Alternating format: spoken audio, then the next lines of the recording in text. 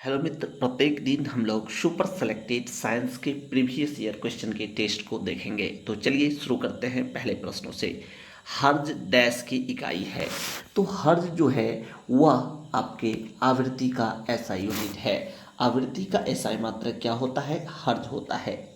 ठीक है, याद रखिएगा कि आवृत्ति बराबर जो होता है, यानी आवृत्ति को एफ से डिनोट करते हैं, तो एफ बराबर होता है 1/t, यानी 1/, आवर्तकाल। ठीक है, आवृत्ति बराबर क्या होता है? 1/, आवर्तकाल होता है। उसी तरीके से आपका पहला ऑप्शन है दाब। दाब का एसआई मात्रक पास्कल होता है या न्यूटन प्रति मीटर स्क्वायर होता है। ठीक है, याद रखेंगे। चलिए अब हम लोग चलते हैं नेक्स्ट प्रश्नों की ओर। नेक्स्ट प्रश्न आपका ये रहा, सूची 1 को सूची 2 से मिलान करना है। ठीक है, तो सूची 1 को सूची 2 से हम लोग कैसे मिलान करेंगे? तो देखिए, दाब का जो एसआई मात्रक होता है वह क्या होता है? आपका पास्कल होता है। ठीक है, उसके बाद नेक्स्ट है कार्य। कार्य का एसआई मात्रक क्या होता है? जूल होता है। नेक्स्ट है दूरी का एसआई मात्रक जो होता है वह होता है पास्कल। दूरी का एसआई मात्रक क्या होता है? पास्कल।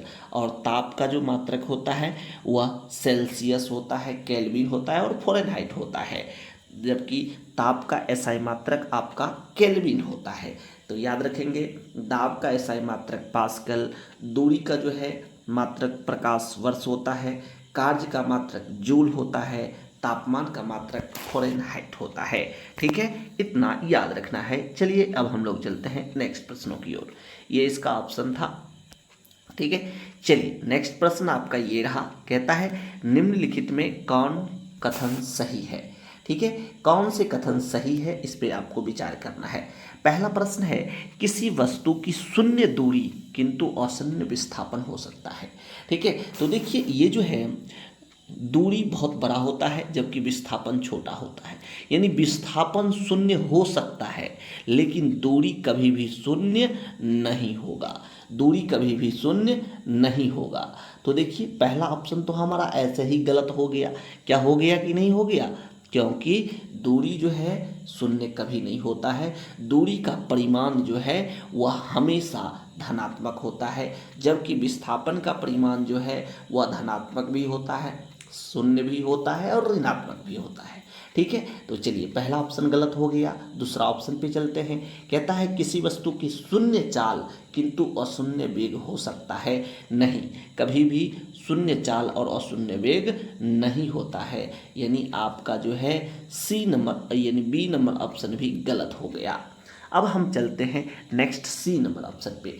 कहता है किसी वस्तु का वेग शून्य किंतु अशून्य त्वरण हो सकता है। देखिए, जब किसी वस्तु का वेग भी शून्य हो जाएगा फिर भी त्वरण जो है अशून्य हो सकता है। हाँ, ये जो है आपका सही है। क्या है? सही है। अब हमारा डी नंबर ऑप्शन है, किसी वस्तु का शून्य विस्थापन किंतु अशून्य वेग हो सकता है। बिल्कुल सही बात है, ये भी हो सकता है। शून्य विस्थापन के साथ किसी वस्तु का वेग अशून्य रह सकता है, यानी आपका ऑप्शन सी और डी दोनों सही है। ठीक है, चलिए आगे बढ़ते हैं। अब हम लोग नेक्स्ट प्रश्नों की ओर। ये आपका क्या हो जाता? सी और डी आंसर हो जाता। नेक्स्ट क्वेश्चन आया जड़त्व के संबंध में। जड़त्व के संबंध में अब हम लोग थोड़ा समझते हैं जड़त्व के संबंध में क्या सब टर्म है। ठीक है, चलिए जड़त्व के संबंध में मैं थोड़ा समझ लूँ। कहता है जड़त्व के संबंध में निम्नलिखित में से कौन सा कथन सही है। ठीक है, अब कौन सही है कौन गलत है थोड़ा हम लोग अच्छी तरीके से इसे देखेंगे। ठीक है, कहता है जड़त्व किसी वस्तु की गति या विराम की स्थिति में परिवर्तन का विरोध करता है। बिल्कुल सही बात है, किसी वस्तु का जो जड़त्व होता है गति या विराम की स्थिति के परिवर्तन का विरोध करता है। सीधे समझिए, ये स्थान परिवर्तन का पूर्ण रूप से विरोध करता है।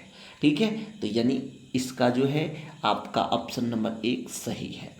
नेक्स्ट है किसी वस्तु का द्रव्यमान उसकी जड़ता का माप है, यानी जड़त्व का माप है। किसी वस्तु का द्रव्यमान जो है ना उसके जड़त्व का माप है, यानी कि आपकी ऑप्शन नंबर 2 भी सही है। ठीक है, यानी पहले कथन और दूसरे कथन दोनों क्या है? सही है। आंसर आपका सब कथन 1 और कथन 2 दोनों हो जाएगा। ठीक है, चलिए अब हम लोग नेक्स्ट क्वेश्चन, कहता है न्यूटन के दूसरे नियम को आमतौर पर F बराबर ma के रूप में बताया गया है, नियम का मूल कथन क्या है।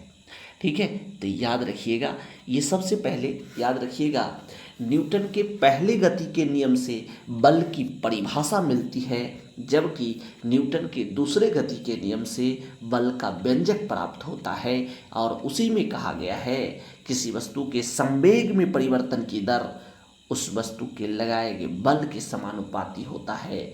ठीक है, तो देखिए संवेग से संबंधित कौन सा है, कहता है किसी वस्तु के बल संवेग के परिवर्तन के दर के अनुपातिक होता है, यानी आपका ऑप्शन नंबर 2 हो गया आंसर। कौन सा ऑप्शन, ऑप्शन नंबर 2 हो गया इस क्वेश्चन का आंसर। चलिए अब हम लोग चलते हैं नेक्स्ट क्वेश्चन की ओर। नेक्स्ट क्वेश्चन है, कहता है बर्फ की बूंदों की गोलियां आकार समझाने के लिए जल के निम्नलिखित में से किस गुण का उपयोग किया जाता है। ठीक है, तो आप याद रखिएगा, जब वर्षा की बूंदें गोल होती है, आप समझे होंगे कि वर्षा की बूंदें गोल किसके कारण से होता है, तो पृष्ठ तनाव के कारण से। तो कौन सा गुण प्रदर्शित करता है, पृष्ठ तनाव। आंसर हमारा क्या हो जाएगा, पृष्ठ तनाव हो जाएगा। ठीक है, चलिए आगे बढ़ते हैं। नेक्स्ट हमारा जो क्वेश्चन है वह कहता है निम्नलिखित में से कौन पाइपलाइन के माध्यम से तेल परिवहन की दक्षता को प्रभावित करता है।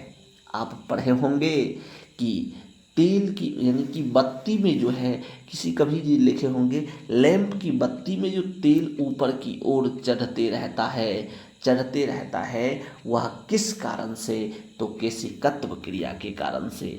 ठीक है, यानी वहाँ पर केशिकत्व क्रिया किस में होती है, श्यानता में होती है, श्यानता का गुण प्रदर्शित करते रहता है। आंसर क्या हो जाएगा इस क्वेश्चन का, श्यानता हो जाएगा। क्या हो जाएगा, श्यानता हो जाएगा। चलिए आगे बढ़ते हैं, फिर से आया आपको मिलान करने वाला। देखिए बीपीएससी के प्रीलिम्स में जो है आपको एक ना एक क्वेश्चन किसी भी तरीके से हर एक सब्जेक्ट से मिलान करने के लिए देगा ही, एक साइंस से, एक हिस्ट्री से और एक ज्योग्राफी से। खास करके 3 से 4 प्रश्न जो है वह केवल मिलान करने वाला रहता है। ठीक है, तो चलिए अब हम लोग इसे भी मिलान करते हैं। ठीक है, कहता है बल्ब। ठीक है, देखिए पवन चक्की है, बल है, विद्युत सेल है, माइक्रोफोन है। तो ऐसा जब कभी भी रहेगा ना, तो आप देखिएगा जानते हैं आप किसके बारे में, जिसके बारे में जानते हैं उसे मिलान करने की कोशिश कीजिएगा।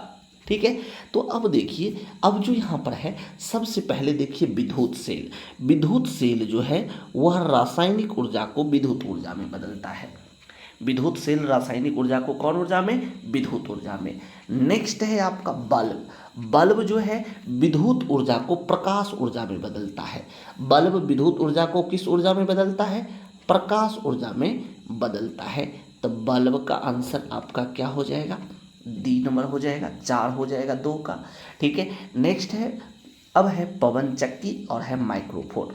माइक्रोफोन जो है वह ध्वनि ऊर्जा को विद्युत ऊर्जा में बदलता है। माइक्रोफोन ध्वनि ऊर्जा को किस ऊर्जा में, विद्युत ऊर्जा में। और पवन चक्की जो है वह गतिज ऊर्जा को विद्युत ऊर्जा में। अगर आपको पवन चक्की नहीं भी याद रहता तो आप क्वेश्चन को सॉल्व कर सकते थे। सबसे पहले बल्ब जो है विद्युत ऊर्जा को प्रकाश ऊर्जा में, विद्युत सेल रासायनिक ऊर्जा को विद्युत ऊर्जा में, उसके बाद माइक्रोफोन ध्वनि ऊर्जा को विद्युत ऊर्जा में बदलता है। नेक्स्ट आपको बच गया एक ही, पवन चक्की गतिज ऊर्जा को विद्युत ऊर्जा में बदलता है। ठीक है, आई होप आपका क्लियर हुआ होगा। चलिए अब हम लोग चलते हैं नेक्स्ट प्रश्नों की ओर। ठीक है, नेक्स्ट प्रश्न हमारा ये रहा, कहता है राइफल से निकली एक गोली में होती है। ठीक है, देखिए राइफल से जो गोली निकलता है तो वह गति में रहता है। वह गोली किस में होती है, गति में होती है, इसलिए उसमें कौन सी ऊर्जा होगी, गतिज ऊर्जा होगी। कैसी ऊर्जा होगी, गतिज ऊर्जा। और गतिज ऊर्जा के लिए जो फॉर्मूला होता है, काइनेटिक एनर्जी बराबर जो फॉर्मूला होता है वह होता है ½ mv²। ½ mv², याद रखेंगे काइनेटिक एनर्जी बराबर हाफ एम वी स्क्वायर, ठीक है। और ऊर्जा का SI मात्रक क्या होता है, जूल होता है। एक आता है स्थितिज ऊर्जा। तो आप स्थितिज ऊर्जा को देखिए, पीई से सूचित किया जाता है, पोटेंशियल एनर्जी। और पोटेंशियल एनर्जी बराबर जो फॉर्मूला होता है वह होता है mgh। क्या होता है, mgh। पोटेंशियल एनर्जी यानी कि स्थितिज ऊर्जा बराबर फॉर्मूला होता है mgh, जबकि काइनेटिक एनर्जी बराबर हाफ एम वी स्क्वायर, याद रखेंगे, ठीक है। चलिए अब हम लोग चलते हैं नेक्स्ट। कहता है अलग अलग द्रव्यमान की दो वस्तुएं चंद्रमा की सतह के निकट स्वतंत्र रूप से गिरती है, ठीक है। देखिए चंद्रमा की सतह पर से जो है दो अलग अलग द्रव्यमान की वस्तु को नीचे गिराया जाता है, ठीक है। कितना गिराया, कब गिराया जाता है, नीचे गिराया जाता है। तो वह कहता है कि वह जब गिरती है तो वह कैसे गिरती है। देखिए जब वस्तु गिरती है तो उसके द्रव्यमान से कोई फर्क नहीं पड़ता है, द्रव्यमान पर कोई इफेक्ट नहीं पड़ता है, द्रव्यमान ज़्यादा है कि कम है, यानी दोनों की जो है वह समान समय में पहुंच जाएगा, इसके द्रव्यमान पर कोई परिवर्तन नहीं होगा। कहता है तो आंसर हमारा क्या हो जाएगा, किसी भी क्षण उनका वेग समान रहेगा, द्रव्यमान ज़्यादा हो या कम हो उसमें कोई परिवर्तन नहीं होता है उसके वेग में, ठीक है। चलिए अब हम लोग मिलते हैं नेक्स्ट क्लास में, धन्यवाद।